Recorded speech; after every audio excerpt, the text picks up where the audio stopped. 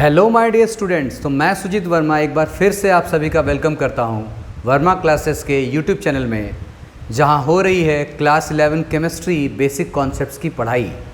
और मैंने आपको प्रीवियस वीडियो लेक्चर में थोड़ा सा गैप हो गया बिकॉज अभी थोड़ा सा एग्ज़ाम आ गया था, सेमेस्टर 6 वालों का इंटरनल्स चल रहा था, इसलिए थोड़ा सा लेट हो गया। बट जैसा कि मैंने आपको कहा था कि आपको रिकॉर्डेड वीडियोज़ मिलते रहेंगे, तो चलिए आज हमारा टॉपिक आ गया है mass percentage. Actually last class तक हम लोग जो बात कर रहे थे वो बात कर रहे थे नंबर ऑफ़ पार्टिकल्स के बारे में, कि मूल कॉन्सेप्ट के बारे में हमने पूरे न्यूमेरिकल्स बनाए। यहाँ तक कि हमने जेई नीट का भी न्यूमेरिकल पिछले क्लास में डिस्कस किया। आई होप कि आपने हमारा पिछले वीडियो लेक्चर देखा होगा और आई होप कि आपको वीडियो लेक्चर्स पसंद आ रहे होंगे। आज के वीडियो लेक्चर में हमारा टॉपिक है मास परसेंटेज।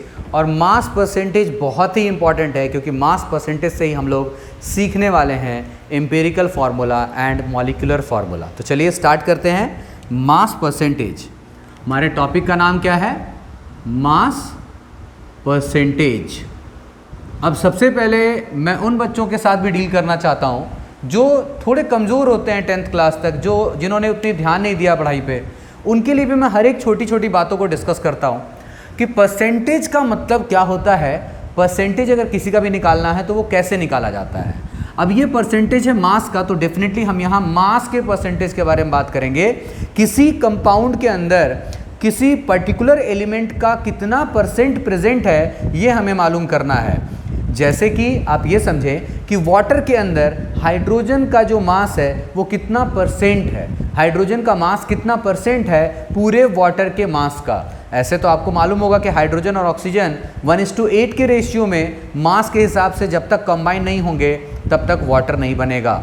लेकिन आज हमें रेशियो नहीं, आज हमें परसेंटेज मालूम करना है। तो परसेंटेज में क्या किया जाता है कि आप हमेशा टोटल मतलब जिसमें से आप परसेंटेज निकाल रहे हैं उसके वैल्यू को नीचे रखना होता है और ऊपर आपको उस पर्टिकुलर वैल्यू को रखना होता है जिसका परसेंटेज आप निकालना चाहते हैं। मान लीजिए कि जैसे आपके एग्ज़ाम 100 मार्क्स के हुए और आपको उसमें 60 मार्क्स आया, तो आपका जो मार्क्स आया, अगर किसी ने आपसे पूछा कि कितना परसेंट आया तो आप बोलते हैं ना 60%। ठीक वैसे ही कि टोटल मार्क्स को आपने नीचे रखा, जितना मार्क्स आया आपको आपने उसको ऊपर रखा और इसके बाद आपने इसको मल्टीप्लाई किससे कर दिया? 100 से। तो ये 100 और 100 कैंसिल हो गया, 60% आपका मार्क्स आ गया। तो ये है परसेंटेज निकालने का बेसिक मेथड। तो चलिए आज हमारा जो परसेंटेज निकालना है वो हमें निकालना है मास का, और हम निकालने वाले हैं किसी भी एलिमेंट का परसेंटेज। तो हम यहाँ पे आपको पहले एक फॉर्मूला लिख देते हैं, उसके बाद सीधे क्वेश्चन से बात होगी। चलिए स्टार्ट करते हैं। Mass percentage of an element in a compound. किसी कंपाउंड के अंदर किसी पर्टिकुलर का मास परसेंटेज निकालने के लिए आप मास ऑफ एलिमेंट को ऊपर रखेंगे जिसका आपको मास परसेंटेज निकालना है, टोटल मास ऑफ कंपाउंड को आप नीचे रखेंगे, टोटल मास ऑफ कंपाउंड को आप नीचे रखेंगे और इनटू में आप क्या करेंगे? 100। ठीक है, तो मास ऑफ एलिमेंट जिसका आपको मास परसेंटेज निकालना है आप उसको ऊपर रखेंगे और आपको टोटल मतलब जिसमें से आपको मास परसेंटेज मालूम करना है वो आप नीचे रखेंगे उसका मास, और इनटू आप करोगे 100। तो एक क्वेश्चन लेते हैं यहाँ पे सीधा क्वेश्चन है कि calculate mass percentage of hydrogen in water. पहला क्वेश्चन देखिए आप कि हमें मास परसेंटेज कैलकुलेट करना है हाइड्रोजन का, किसमें? वाटर के अंदर। तो सबसे पहले आपको जिसका मास परसेंटेज निकालना है उसका मास आपको पूरे कंपाउंड में मालूम करना पड़ेगा और जिसमें से निकालना उस पूरे कंपाउंड का भी मास मालूम करना पड़ेगा। दो चीज़ है। सबसे पहले तो जो वाटर का जो फॉर्मूला है हमारा वो क्या होता है? H2O। तो मास ऑफ वाटर आप निकालोगे तो ये आएगा आपका 18। अब मैं यहाँ आपको बता रहा हूँ यूनिट के बारे में। अब आप समझिए कि आप यहाँ 18 ग्राम अगर ले रहे हैं, मतलब कि आप मास को ग्राम में ले रहे हैं, तो आपको मास ऑफ एलिमेंट भी ग्राम में लेना पड़ेगा, क्योंकि मास ऊपर भी है, मास नीचे भी, और मास की यूनिट हम लोग केमिस्ट्री के अंदर तो ग्राम यूज़ करते हैं, फिजिक्स में के अंदर किलोग्राम यूज़ करते हैं। यहाँ पर एटॉमिक मास या मॉलिक्यूलर मास या मोलर मास के बारे में बातें नहीं हो रही हैं, सीधा मास के बारे में बात हो रहा है। हाँ, एक बात आप ध्यान रखिए कि अगर आप मास ऑफ H2O को ग्राम में ले रहे हैं तो आपको मास ऑफ हाइड्रोजन भी ग्राम में लेना पड़ेगा, क्योंकि ऊपर की यूनिट नीचे की यूनिट सेम होनी चाहिए, तभी तो कैंसल आउट होगा। तो अब हम यहाँ पे निकाल रहे हैं मास ऑफ हाइड्रोजन। तो कितने हाइड्रोजन के आइटम्स है 2 और एक का मास होता है 1, तो 2 का मास हो जाएगा 2 gram. Now percentage mass of hydrogen in water, बिल्कुल यही फॉर्मूला चलेगा आपका। मास ऑफ एलिमेंट मतलब कि एलिमेंट कौन है हमारा जिसका मास परसेंटेज हम निकाल रहे हैं, हाइड्रोजन है, तो मास of hydrogen divided by mass of total compound मतलब वाटर, और इनटू में हम क्या कर देंगे 100 कर देंगे। चलिए वैल्यू रखते हैं 2/18 इंटू 100, 2/18 इंटू 100। तो आई होप कि अब यहाँ से आप सॉल्व कर लेंगे 1/9 और इट कम्स 11.11%, 11.11%। तो ये हमारा हो गया 11.11% mass percentage of hydrogen in water.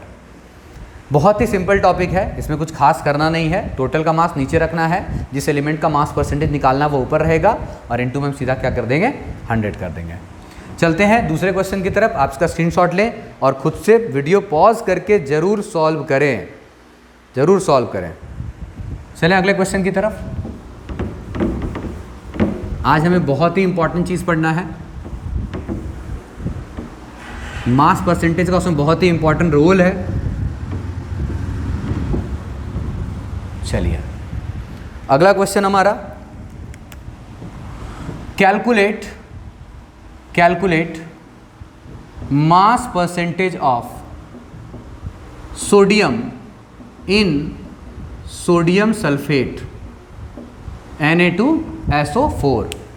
तो मास परसेंटेज ऑफ सोडियम निकालना है, तो डेफिनेटली आप समझ गए होंगे अब तक कि हमारा, देखिए कोई भी न्यूमेरिकल बनाना हो, अगेन वही पॉइंट है कि जो फाइनली करना है हमें, फाइनली क्या करना है, mass percentage of sodium in sodium sulphate, जो हमारा फॉर्मूला होगा वो क्या होगा।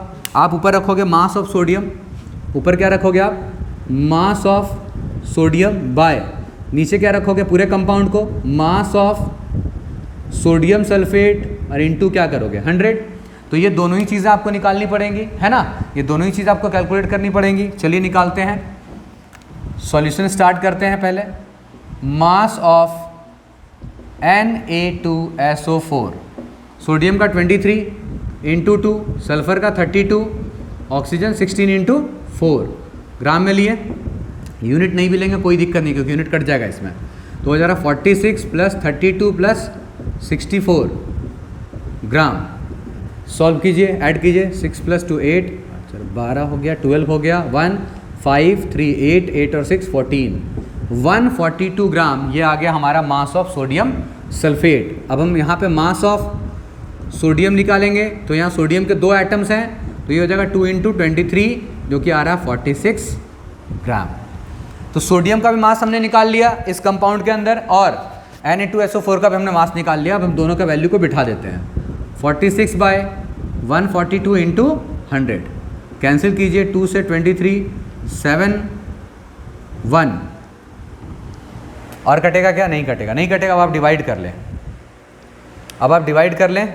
चलिए मैं डिवाइड कर लेता हूँ कैलकुलेटर से। ये आ रहा है 100 से मल्टीप्लाई का 32.39%। ये आप एक बार क्रॉस चेक भी कर लेंगे, मैंने कैलकुलेट कर दिया है।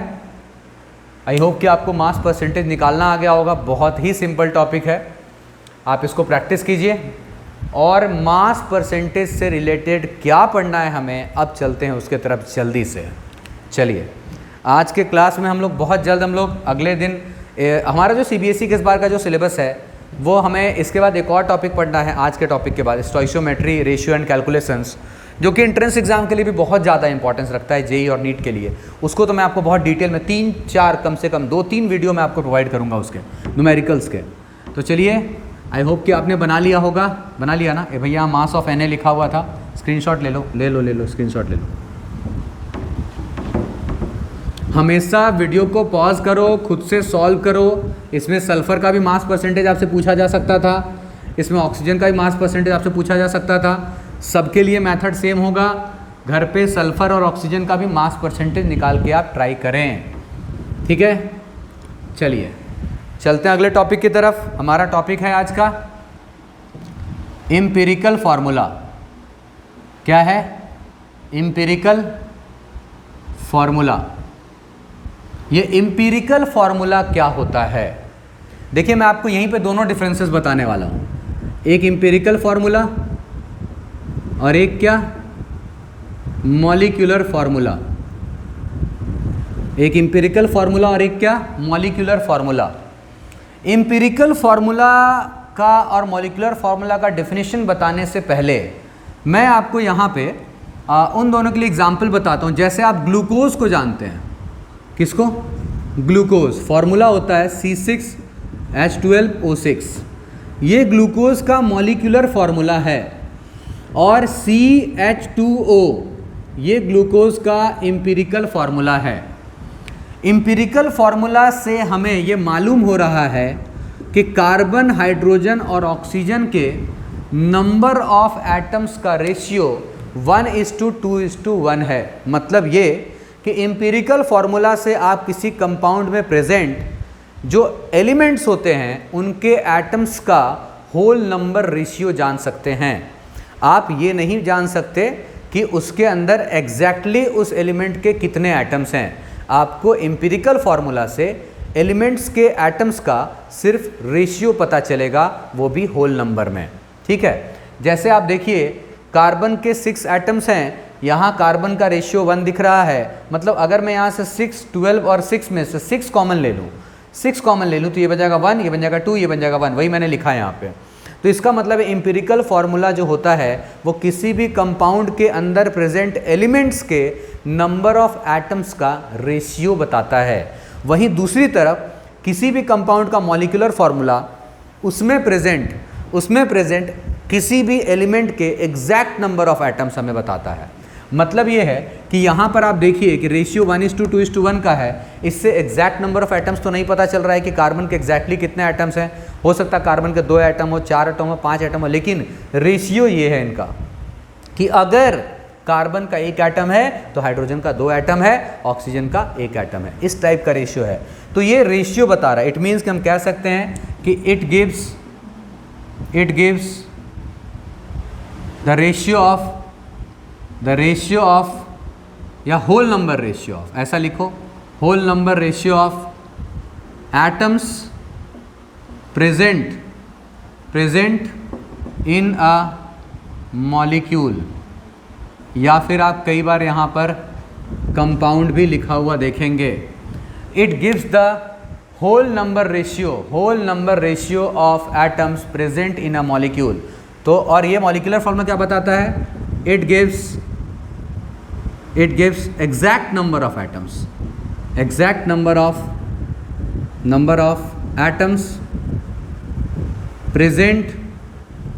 Present in a molecule. मतलब क्लियर है? अच्छा एक और एग्जांपल ले लेते हैं।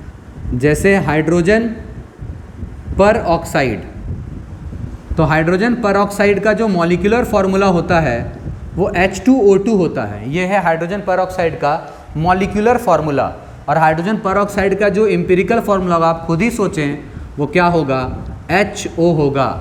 क्योंकि इसमें हमें सिर्फ हाइड्रोजन और ऑक्सीजन का रेशियो मालूम चल रहा है कि जितने हाइड्रोजन एटम्स उतने ही ऑक्सीजन एटम्स। अब कितने ये मालूम नहीं, लेकिन 1:1 का मतलब क्या होता है? जितने हाइड्रोजन एटम्स उतने ही ऑक्सीजन एटम। अगर 1 हाइड्रोजन एटम तो 1 ऑक्सीजन एटम, अगर 10 हाइड्रोजन एटम तो 10 ऑक्सीजन। लेकिन एग्जैक्टली तो मालूम नहीं चल रहा। लेकिन यहाँ से एग्जैक्टली मालूम चल रहा है कि हाइड्रोजन पर ऑक्साइड का मॉलिक्यूलर फार्मूला H2O2 है। मतलब हाइड्रोजन पर ऑक्साइड के एक मॉलिक्यूल में हाइड्रोजन के 2 एटम होते हैं और ऑक्सीजन का भी 2 एटम होता है। ठीक है, ऐसे ही एक और एग्जाम्पल। बेंजीन का फार्मूला C6H6। वही बेंजीन का एम्पिरिकल फार्मूला CH हो जाएगा। अगेन आप देखिए यहाँ एग्जैक्ट नंबर ऑफ एटम्स मालूम हो रहे हैं और यहाँ पर एग्जैक्ट नंबर ऑफ एटम नहीं मालूम हो रहा है। बस ये पता चल रहा है कि हाँ भाई कार्बन का अगर 1 एटम है तो हाइड्रोजन का भी 1 एटम है। इससे क्या मालूम चल रहा है? रेशियो मालूम चल रहा है। तो आई होप कि आप एम्पिरिकल फार्मूला और मॉलिक्यूलर फार्मूला के बीच में डिफरेंस समझ गए होंगे कि एम्पिरिकल फार्मूला हमें क्या बताता है, it gives the simplest whole number ratio, simplest whole number ratio, simplest लिख दें, चलिए, the simplest whole number ratio of atoms present in a compound. वहीं दूसरी तरफ it gives the exact number of atoms present in a molecule. तो आप इसका screenshot लीजिए, नोट कीजिए, और मैं आपको अभी बताऊंगा कि आप एम्पिरिकल फार्मूला कैसे कैलकुलेट करेंगे। और अगर आज की क्लास में एम्पिरिकल फार्मूला हो जाता है तो अगले क्लास में मैं एम्पिरिकल फार्मूला का भी क्वेश्चन बताऊंगा, साथ में आपको मॉलिक्यूलर फार्मूला भी निकालने सिखाऊंगा। तो चलिए आप इसको स्क्रीनशॉट लेके नोट कीजिए।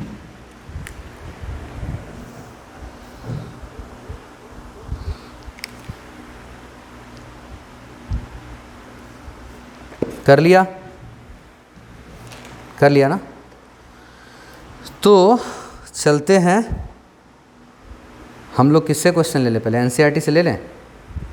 चलिए एनसीईआरटी का क्वेश्चन लेते हैं और एम्पिरिकल फार्मूला। और हाँ, एम्पिरिकल फार्मूला कैलकुलेट करने के लिए हमें मास परसेंटेज का मालूम होना ज़रूरी है। और अभी अभी आपको मास परसेंटेज के बारे में पूरा पढ़ाया मैंने कि मास परसेंटेज कैसे निकालता। हालांकि आपको यहाँ निकालना नहीं है, लेकिन मास परसेंटेज गिवन होना चाहिए, तभी एम्पिरिकल फार्मूला बनेगा। तो पहला क्वेश्चन ले लें, अपने एनसीईआरटी बुक का उठा लिया जाए। पहला क्वेश्चन कहाँ गया? चलो उससे पहले एक थोड़ा सा इजी बताता हूँ आपको कैसे करना है। ये क्वेश्चन लेते हैं। हाँ भाई, क्या है, रेडी करो। चलिए, oxide of an iron. Question लिया जाए पहला, determine the empirical formula of oxide of iron in which mass percentage of iron is 69.9% and dioxygen is 30.1%। 30.1%। एक बार क्वेश्चन मैच कर लिया जाए। आयरन का 69.9, यस, और कितना, 30.1% डाइऑक्सीजन। ओके, चलिए स्टार्ट करें। हाँ ठीक है। अब देखिए क्वेश्चन को बनाना कैसे, आप फॉर्मेट समझिए, देखिए ज़्यादा रूल्स के चक्कर में मत रहिए, सिखा रहा हूँ जो उसको प्रैक्टिस कीजिए। इसी पे आपको और क्वेश्चन बना के दिखाऊंगा और क्वेश्चन भी दूंगा बनाने के लिए, आप घर में प्रैक्टिस कीजिएगा उसको। जो भी डाउट लगे कमेंट सेक्शन में लिख के बताइए आप, या लाइव क्लास अगर आप मान लो हमसे आप पढ़ रहे हो ऑनलाइन, तो आप कमेंट सेक्शन में लिखो। अगर आप यहाँ VC में क्लास अटेंड करते हो तो आप क्लास में आकर के पूछ लो, कोई दिक्कत नहीं है। चलिए, हर तरह से आपकी मदद की जाएगी। चलिए स्टार्ट करते हैं। सबसे पहले आपको क्या करना वो आप समझिए। अब यहाँ मास परसेंटेज हमें दिया हुआ है, तो मास परसेंटेज जब भी आपको कोई वैल्यू परसेंटेज के फॉर्म में दी जाए तो आप नेट क्वांटिटी को हमेशा 100 मान के चलिए। इससे फ़ायदा होता है, क्या फ़ायदा होता है कि 100 का 20% 20 ही होता है, 100 का 30% 30 ही होता है। तो यही बेनिफिट है यहाँ पे कि मैं यहाँ पर पूरा सैंपल जो हमें दिया गया, मान लीजिए यहाँ कहा कि आपको एक कंपाउंड दिया गया है, determine the empirical formula of oxide of iron, मतलब आपको एक कंपाउंड दिया गया, कहा गया कि देखो भाई ये आयरन ऑक्साइड है, पता नहीं इसका फॉर्मूला क्या है, लेकिन इसके अंदर एटम्स का रेशियो क्या है पता नहीं है, लेकिन एक बात है कि हमने इसका मास परसेंटेज चेक किया है, इसके अंदर आयरन जो है वो 69.9% है और इसके अंदर ऑक्सीजन जो है वो 30.1% है, ओवरऑल 100% है। तो अब तुम बताओ कि इसका एम्पिरिकल फार्मूला क्या होगा। तो उसके लिए हमें क्या करना पड़ेगा।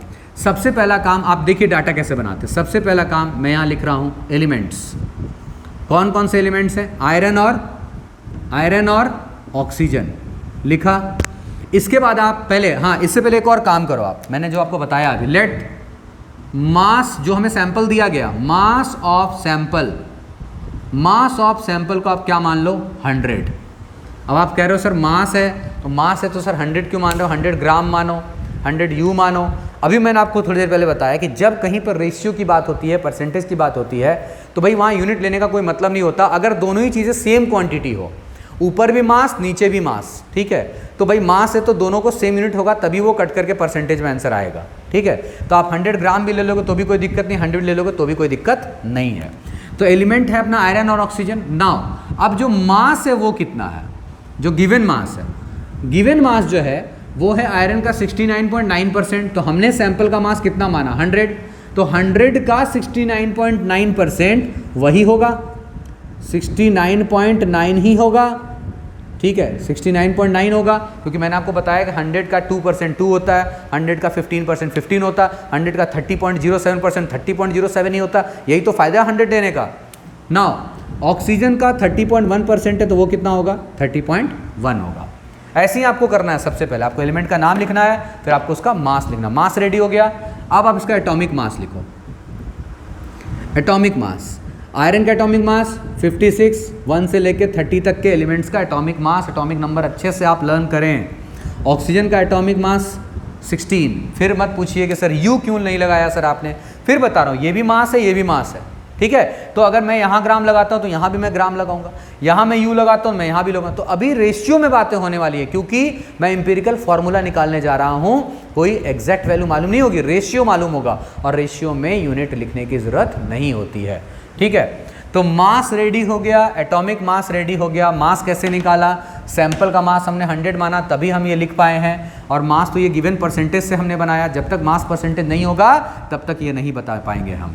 एटॉमिक मास हमने लिख दिया, अब हमें बनाना है इसका मोल्स। क्या बनाना है, मोल्स बनाना है। और मोल्स बनाने के लिए आपको करना है mass divided by atomic mass. यहाँ लिख दूं क्या, ज़्यादा अच्छा रहेगा।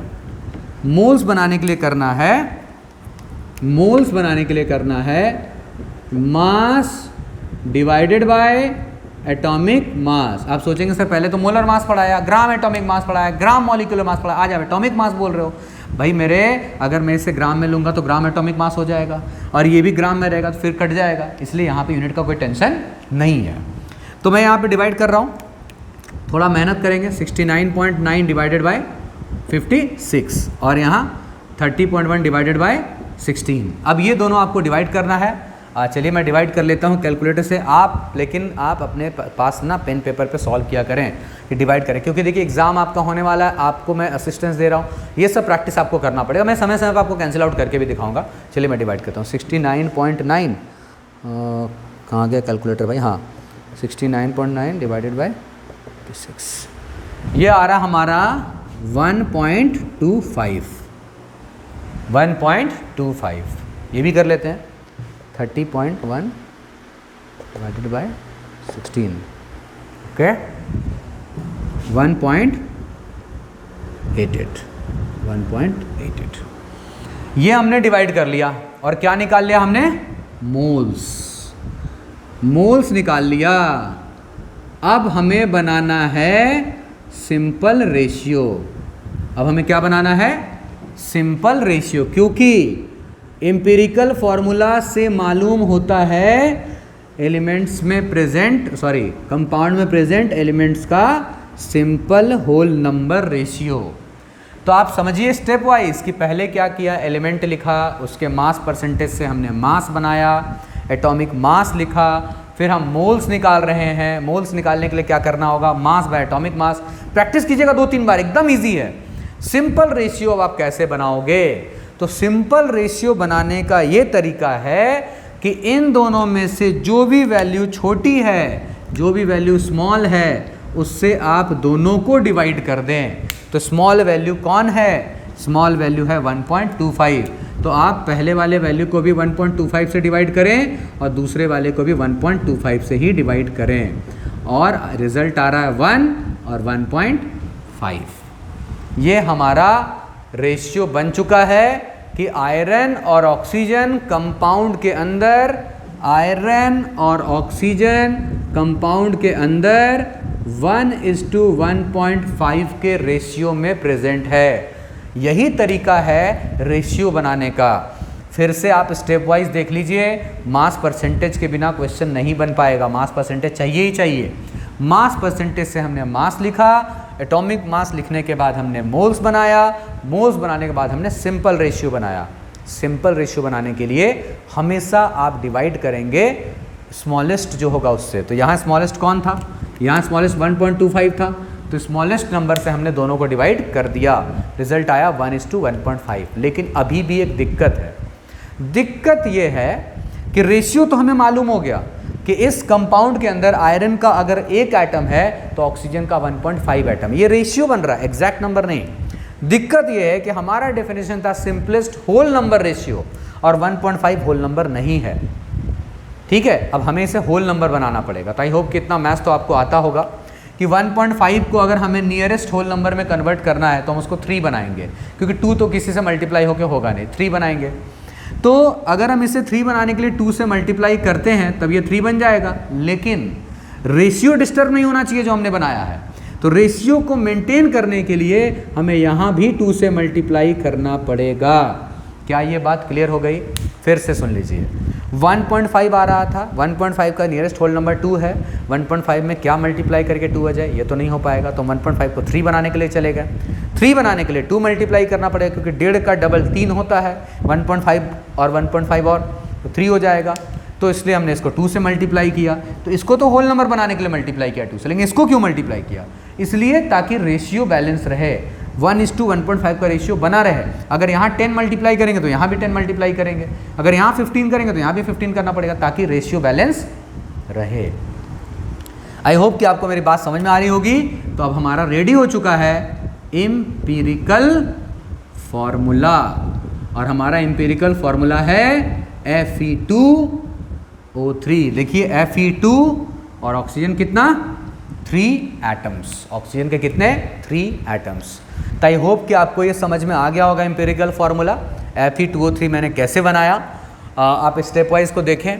अभी मैं आपको क्या करता हूँ कि एक क्वेश्चन देता हूँ बनाने के लिए, आप उसको बनाइए, और अगर आप एम्पिरिकल फार्मूला को अच्छे से कमांड कर लेते हैं तभी आपको मॉलिक्यूलर फार्मूला समझ में आएगा, क्योंकि मॉलिक्यूलर फार्मूला बनाने का जो प्रोसेस है वो इस रास्ते से होके गुजरता है। मतलब मॉलिक्यूलर फार्मूला अगर बनाना है तो आपको पहले कंपाउंड का एम्पिरिकल फार्मूला ज़रूर बनाना पड़ेगा, और एम्पिरिकल फार्मूला बना लेंगे तो मॉलिक्यूलर फार्मूला बहुत आसानी से बना लेंगे। तो आप पहले इसको अच्छे से प्रैक्टिस कीजिए, स्क्रीनशॉट लीजिए, वीडियो पॉज करके बनाइए, मैं क्वेश्चन लिख देता हूँ, आप उसको घर पर ट्राई कीजिएगा। ठीक है, चलिए। और ये क्वेश्चन मैं ले रहा हूँ कहाँ से, अपने प्रिय बुक NCERT से। देखो भाई, अगर किसी को नीट का एग्ज़ाम फोड़ना है, जेई का एग्ज़ाम फोड़ना है, लाइन बाय लाइन NCERT आपको स्टडी करनी पड़ेगी, लाइन बाय लाइन। जो सिलेबस का टर्म है वो तो मैं आपको पढ़ा ही रहा हूँ पहले। अभी जो नहीं होंगे उसके लिए भी, अगर आप बोलोगे कि सर मेरे को सॉल्यूशंस के वीडियो आप दे दो, तो सॉल्यूशंस के वीडियो ऑलरेडी हमारे चैनल पे डाले हुए हैं। ठीक है, मैं इसमें सॉल्यूशन नहीं पढ़ाऊंगा, मैं उसी का वीडियो आपको प्रोवाइड कर दूंगा। हाँ भाई लीजिए सॉल्यूशन का वीडियो, आप इससे पढ़ सकते हैं। ठीक है, एक एक चीज़ एक्यूरेटली वहाँ पे एडजस्टेड है। चलिए मैं क्वेश्चन लिख देता हूँ NCERT, इसको आप सॉल्व करें। बुक तो आई थिंक आपके पास होगा, लेकिन फिर भी जिन बच्चों ने अभी बुक नहीं लिया होगा उनकी भी मदद कर देता हूँ थोड़ी सी। मैं यहाँ क्वेश्चन लिख देता हूँ, उसको आप घर में ट्राई करें, ज़रूर ट्राई करें, देखें कि कैसे बनाएंगे इसको। लिख दें क्वेश्चन ना, आजा भाई। क्वेश्चन है हमारा, ए compound contain 4.07% hydrogen, okay, 24.27% of carbon, okay, and 71.65% of chlorine. ठीक है, ओके।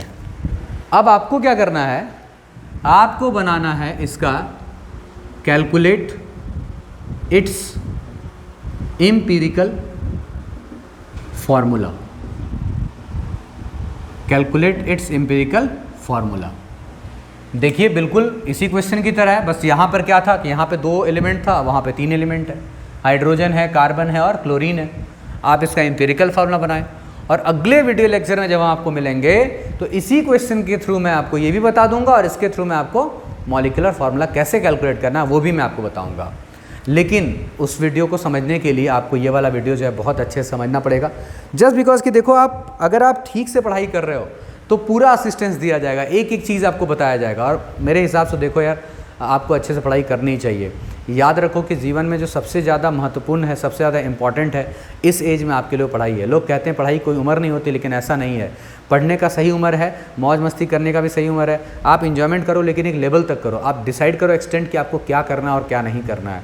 अभी जो तपेगा वही आगे निखरेगा, इस बात को जरूर ध्यान रखें।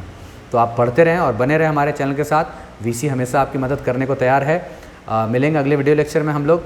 तब तक के लिए सावधान रहें, सतर्क रहें। जय हिंद।